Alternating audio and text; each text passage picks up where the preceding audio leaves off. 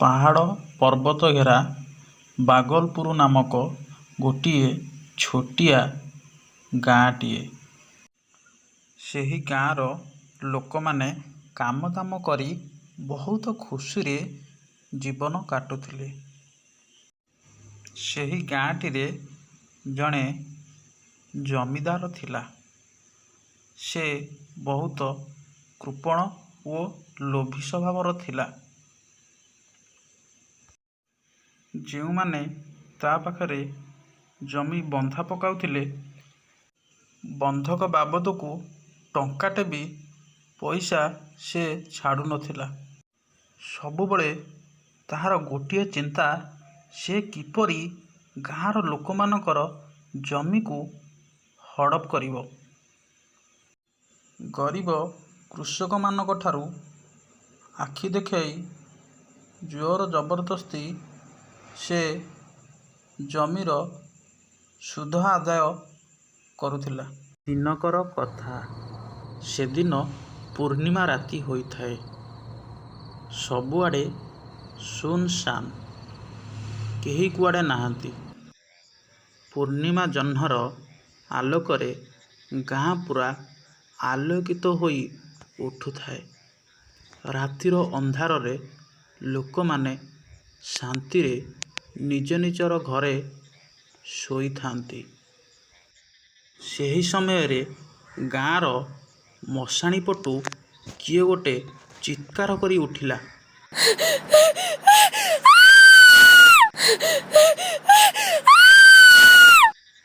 ଗାଁର ଲୋକମାନଙ୍କର ନିଦ ଭାଙ୍ଗିଗଲା। ତାହାପରେ ସେ ଡକାଡକି ହୋଇ ଗାଁର ମଶାଣି ପଟ ଆଡ଼ିକି ଚାଲିଲେ।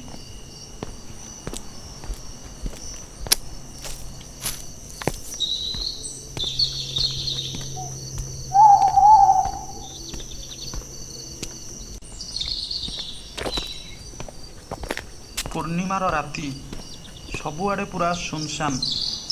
ଲୋକମାନେ ପୂର୍ଣ୍ଣିମାର ଜହ୍ନର ଆଲୋକରେ ଆଗକୁ ଚାଲୁଥାନ୍ତି।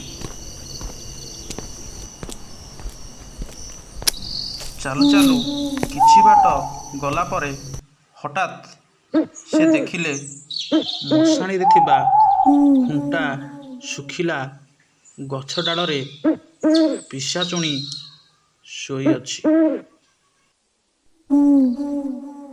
ପିଶାଚୁଣୀଟାର ହଠାତ୍ ନିଦ ଭାଙ୍ଗିଗଲା।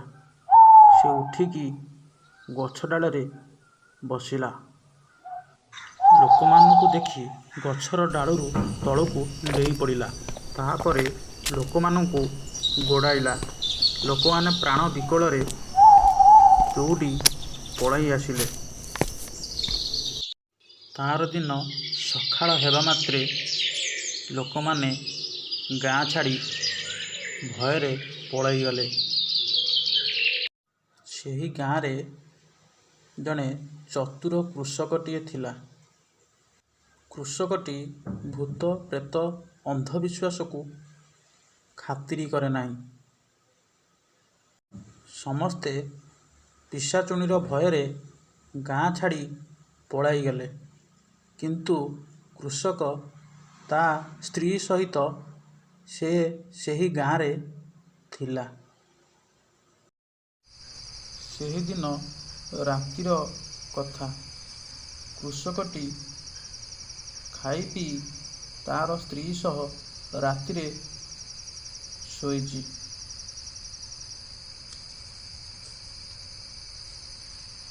ସେଦିନର ରାତି ପରି କିଏ ମଶାଣି ପଟୁ ହଠାତ୍ ଚିତ୍କାର କରି ଉଠିଲା।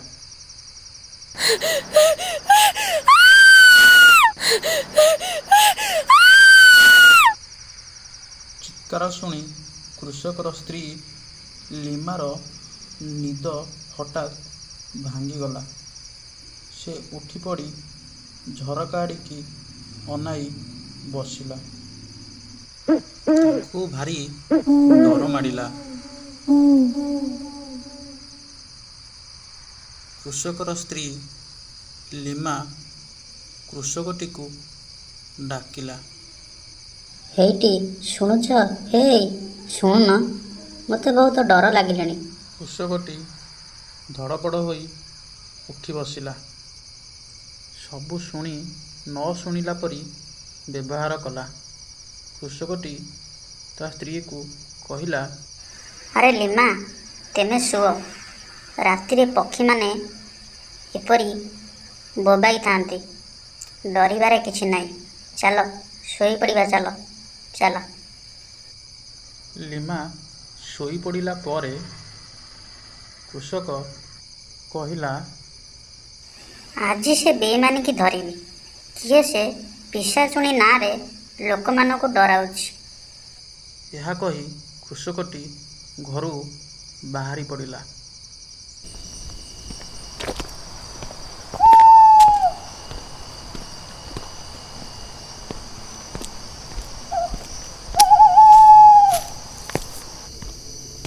କିଛି ବାଟ ଗଲା ପରେ ଗାଁ ମୁଣ୍ଡରେ ଥିବା ଗଛର ନଟାରେ ପିଶାଚୁଣୀ ଗୋଡ଼ ହଲେଇ ବସିଛି। ଆଜି ଏ ବହୁରୂପୀକୁ ମୁଁ ଛାଡ଼ିବିନି, ମାରିଦେବି। ମାରିଦେ।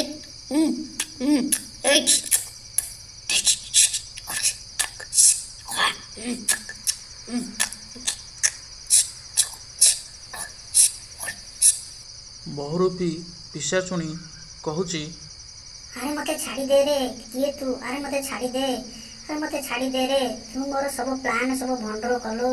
ମୋତେ ଛାଡ଼ିଦେ, ତୁ ମୋତେ ଛାଡ଼ିଦେ। ଏହା କହି ସେ କୃଷକକୁ ଗଛ ଉପରକୁ ଭିଡ଼ି ନେଲା। ଜମିଦାର ମହାଶୟ, ତୁମେ? ହଁ ରେ, ମୁଁ। ଚୁପଚାପ ବସ୍, ନହେଲେ ଏ ବନ୍ଧୁକ ଦେଖୁଛୁ? ଏ ବନ୍ଧୁକରେ ତୋ ମୁଣ୍ଡକୁ ଉଡ଼େଇଦେବି। ତୁ ମୋର ସବୁ ପ୍ଲାନ୍କୁ ଭଣ୍ଡୁର କରିଦେଲୁ। ତୁମେମାନେ ସବୁ ଗାଁ ଛାଡ଼ି ପଳେଇଗଲା ପରେ ଜମି ସବୁ ମୋର ହେଇଥାନ୍ତା। ତୁ କିଛି କରେଇ ଦେଲୁନି ରେ, ତୁ କିଛି କରେଇ ଦେଲୁନୁ। ସେପଟେ ଲିମା ତା ସ୍ୱାମୀକୁ ନ ପାଇ ବ୍ୟସ୍ତ ହୋଇ ଅନ୍ଧାର ରାତିରେ ସରପଞ୍ଚଙ୍କର ଘରକୁ ଧାଇଁ ଯାଇଛି।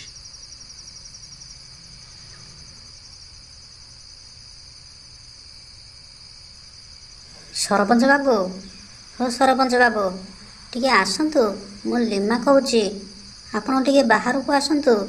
ସରପଞ୍ଚ ବାବୁ, ଟିକେ ବାହାରକୁ ଆସନ୍ତୁ। ସରପଞ୍ଚ ବାବୁ ଲିମାର ପାଟି ଶୁଣି ହଠାତ୍ ଉଠି ପଡ଼ିଲେ। ହଁ ମା ଲିମା, ମୁଁ ଯାଉଛି, ମୁଁ ଯାଉଛି ରହ। ଲିମା, ସରପଞ୍ଚ ମହାଶୟ ବାହାରକୁ ଆସିଲେ। କ'ଣ ହେଲା ମା ଲିମା? ଏତେ ରାତିରେ କ'ଣ ପାଇଁ ଡାକିଲୁ? କ'ଣ ହେଲା? ଲିମା ଗାଁର ସରପଞ୍ଚଙ୍କୁ ସବୁ କଥା କହିଲା। ତାପରେ ଗାଁର ସରପଞ୍ଚ ଲୋକମାନଙ୍କୁ ନେଇ ମଶାଣି ଆଡ଼ିକୁ ଚାଲିଲେ।